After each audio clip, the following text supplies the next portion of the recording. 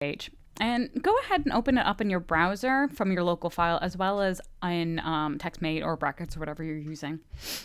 What we're going to do in this page this week is to play with the various properties, and we're going to use our type selectors. So those we're using as a selector. These guys are tags.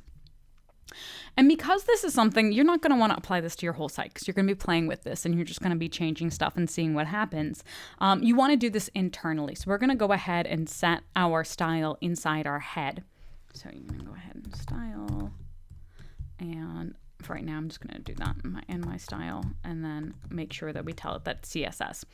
And then later on, you're going to want to, once you've played with this and you've gotten a little bit more of a feel for what you're doing, you'll go ahead and you'll add an external style sheet to your index page.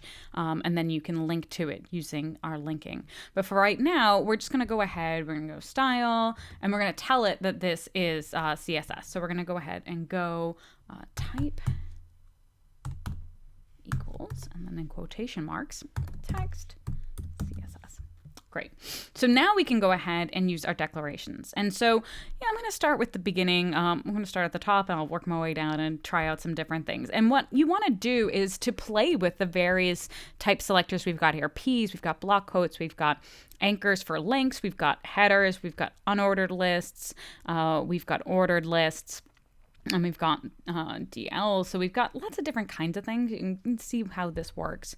You go down here, definition, and our definition list, and a term, and a definition itself. So you can try all of these just to see what they do. And the reason I want you to have this open up in terms of your local one is so that as we're going to make changes, you can then go ahead and refresh your page after you've saved, and you'll see the changes. So we're going to start with our body. What do we want to do? All right, I'm gonna add that guy in so then I can open it up. Well, let's change the background color.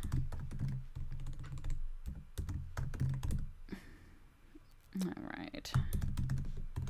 What do we want? Let's try green. All right, let me just save that. Ugh. No, maybe not. Blue. Whoa, that's still gonna burn my eyes out. How about light blue? Okay, that's much better. I can actually see that. Now, if you're wondering about how I chose those terms and what colors and how to choose them, to you under our exercise resources, there's a bunch under CSS. So there's 2 on defining colors and picking colors in CSS. And now I'm about to start just changing some random properties to see how they work inside of my various headers. I want to let you know, I do not remember every single property that I can apply to every single thing in the variables, but I know where I can go to find the different ones, and I know some basics. And so part of this is just trial and error. Give it a try and see. And again, there's a CSS basics and CSS basic properties inside of your exercise resources. So have a look through there. And there's some simple text properties and list properties you can play with, as well as font properties. So let's just play with a few of those for our different headers and see what happens. So let's start with my H1. All right. So for that, let's see. Maybe for that one, I want it to be all caps, and let's see. All right, well, I'm going to start with the all caps. So that is text transform, which allows us to choose capitalize or lowercase, and then it will mean all of it is like that. So let me just start off with that. So text transform, colon, oops, I accidentally hit the quotation marks at the same time. I don't need the quotation marks here. I want to capitalize. And you know what? No, I want uppercase, all uppercase. Okay. This is a first level heading. Now, you notice I said, no, I don't want capitalize, I want uppercase. Let's see what capitalize is. What does that do? You can see that just makes every single first letter a capital. And so I realized as I was typing it, I wanted the other one around. But you know what? I'm actually much happier with capitalized than uppercase, because then that's like screaming, right? So that's not really what I'm looking for. But maybe I also want it underline. So underline is a text decoration. So text decoration. And that I want to be underline. Awesome. Let's save again. And then, oh, those are underlined. Awesome. That's what I'm looking for. Well, now what about H2? Okay, now H2, maybe I want that to be italic. That'll be text decoration, right?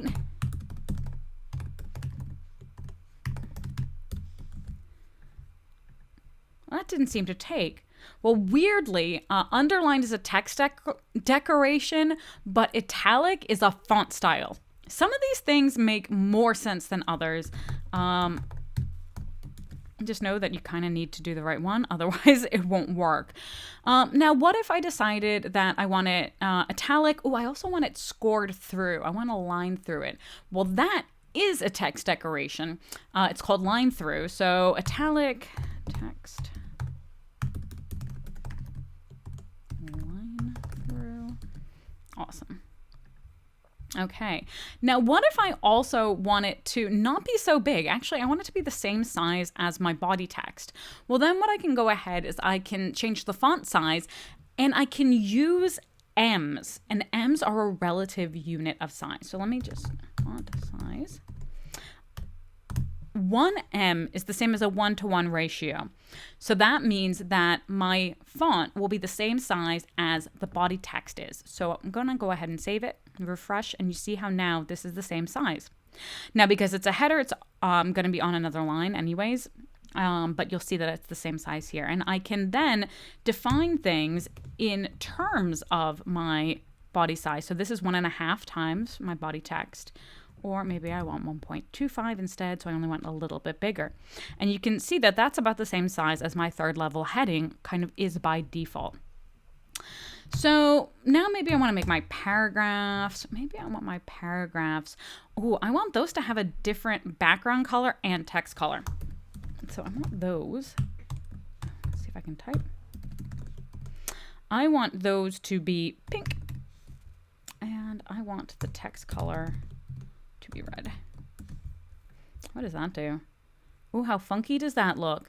So you can go through and you can play with a number of these things and just keep playing. Just try things. Maybe you hate that. Maybe this would be great for, and you can see if you type things wrong. People with red-blue color blindness would hate that. And those look all like they're all links because we've been trained that just plain blue on text is a link. So if I made that color blue and I did text decoration underline, everyone would think that these are all links, but they're not. And so that's one of those things where we've been trained to associate certain things with meaning that we have different functions in our site. So just be really aware of what we associate as the default for these things. And have some fun. Try and play with some of this stuff and see what you can do. There's no right or wrong. It's just a matter of experimenting, seeing what happens. If something doesn't work the way that you think it works, so try to figure out why. Try to figure out how to get it to do what you want it to do. In the end, the biggest thing is getting it to do what you want it to do. If you do it in a funky or a different way, that's fine as long as you're still following major conventions and making sure that, you know, your site still works on all browsers. That's again why we will then validate our HTML and our CSS to make sure that if there are any errors, it's caught. So that if something works on my browser, I use Chrome, but if someone's using Firefox or someone's using Microsoft Edge, that they don't run into a problem. So as long as it works, that's the main thing. So have fun and play with your different selectors in here. I look forward to seeing what you guys do.